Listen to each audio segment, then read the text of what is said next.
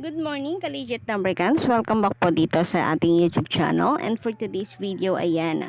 Ang ating po pag-uusapan ay patungkol po dito sa isang nakakabulaga naman po talagang balita. Na kung saan hindi rin po napigilan ng Jowa Pao ang maging emosyonal.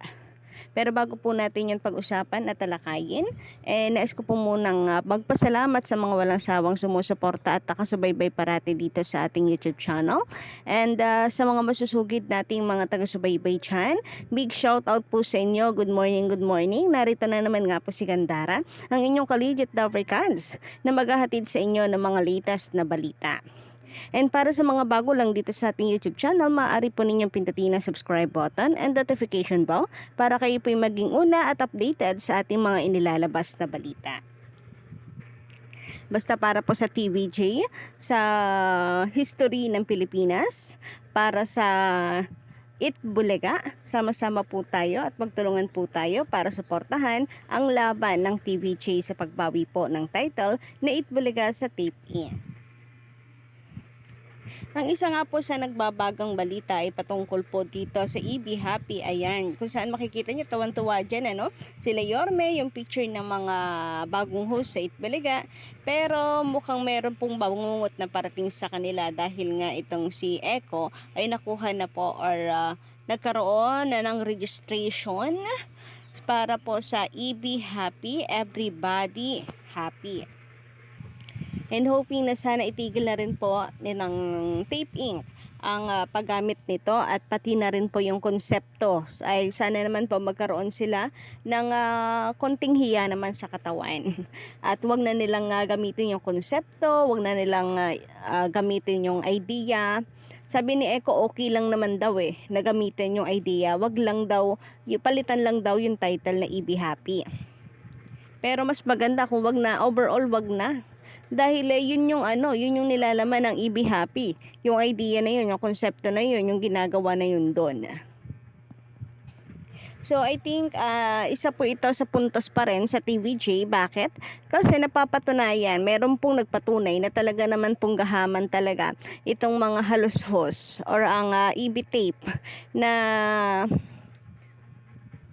lahat ay kukunin, kagaya nitong konsepto, kagaya nitong idea nitong si Echo ni hindi nga man lang napasalamatan ng boses, parang mga walang pakialam.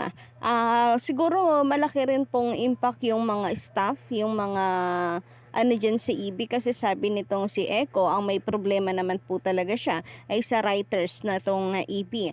Mukhang siya ring dahilan kung bakit gusto pong ipatanggal ang writers ng EAT dahil merong mga sip-sip dyan na kung saan, ayun na nga, gustong tanggalin si Jennifer. Kaya humanton din sa ganito, mayroong mga sul-sul na rin siguro. Alam niyo yung typical na sumisip-sip para mas mapataas ang kanilang pwesto. Minsan inggit din ang dahilan Samantala, dito naman sa bagong larawan na inilabas ni Maine Mendoza. Wow, grabe, ang ganda. Blooming na blooming ang bagong kasal na si Maine Mendoza. Napakaganda ng kanyang shorty hair. Ayan, welcome niya na. Hey, shorty, napakaganda at bagay na bagay po kay Mangkay. Syempre, hindi po nawawala. Kahit siya po ay umaaura, hindi mawawala yung kanyang pagkakalog. Na ikinatutuwa at minahal naman po talaga ng mga fans about her. Samantala, pag-usapan naman po natin ang naging live kahapon ng TVJ na kung saan nagkaroon po sila ng 84,000 views sa TV5 Philippines. Ayan. And then 29,000 po sa TVJ official YouTube channel. So, bale, YouTube pa lamang mga kapatid ay meron na po agad silang 113,000 viewers. YouTube pa lamang kung hindi ako nagkakamali sa ating computation. Samantalang sa Facebook, meron naman po silang 14.1k sa TV5 Philippines and then 14k naman po dito sa TVJ official. So, bale, ilan to? 28.1 thousand views sa Facebook. So, napakarami. Kung atin po kukumputin lahat, nasa 142 141,000 views. Kahapon lamang yan, concurrent viewers ng TVJ. Kumpara nyo naman po sa 2,000. Palagay na po natin, sarado na natin sa 2,000. 1K sa Facebook, 1K din sa YouTube. Itong Itbulaga ng kabila ng Tape Inc. Walang-wala pong sinabi. Kahit isang live lamang ng TVJ sa Facebook, ang ilaban natin sa live nila, hindi po nila kayang abutan ng TVJ. Samantala, ito naman po isa po sa nakakabigla na balita patungkol po kay Sir Mike Enriquez. Condolence po sa family and grabe na dami pong nagulat kasi malaki rin po ang naging ambag ni Sir Mike Enriquez para sa GMA sa newscaster, and naging parte din po siya sa Jowa Pau Lives dahil minsan rin po siya nag-guest sa TVJ, sa Itbulaga. Ayan, kung makikita po ninyo ang pictures dito, ayan, kasama pa si Miss Jessica Soho, andyan si Tito Sen at saka si Vic Soto. So naging parte din po, kaya kinagulat din ng marami. Nabulaga rin po talaga ang TVJ and Legit Tabercads sa balita pong pagkawala nitong si Sir Mike Enriquez. This time, nung una kong narinig ang balitang ito, akala ko prank na naman kasi parang nung last year ba ata yun o 2021 parang napabalita rin, no? Pero fake news kasi nagpapagamot lang itong si Sir Mike. Tas nung mayroon ako nakita, nag-pop up lang ulit guys sa akin dito sa phone, nakala ko ay fake news, hindi ko na pinansin. Then nung pag-open po ng YouTube, GMA talaga ang nagbalita na. So, totoo ang balita. Sobrang nakaka-shock pa din. And pati po ang Jowa Pau, hindi rin po napigilan na talagang maging emosyonal sa pagkawalan na Sir Mike Enriquez, na bumulaga po talaga sa ating lahat. So, Sir Mike, ano ba yan, ang hirap banggitin. Thank you so much na lang sa pagiging bahagi ng buhay ng mga Pilipino. And ikaw naman ay mananatiling nasa puso ng marami, and hindi ka makakalimutan na legend, dahil kung mapapansin po ninyo, wala po siyang kahit na kontrobersiya, tawag dito, parang wala po siya naging problema. Hindi naging maingay yung pangalan niya, unlike po sa iba na naging toxic. Hindi siya napabalita ganto, ganyan. So, malinis po ang pangalan ni Sir Mike Enriquez, talagang kagalang-galang.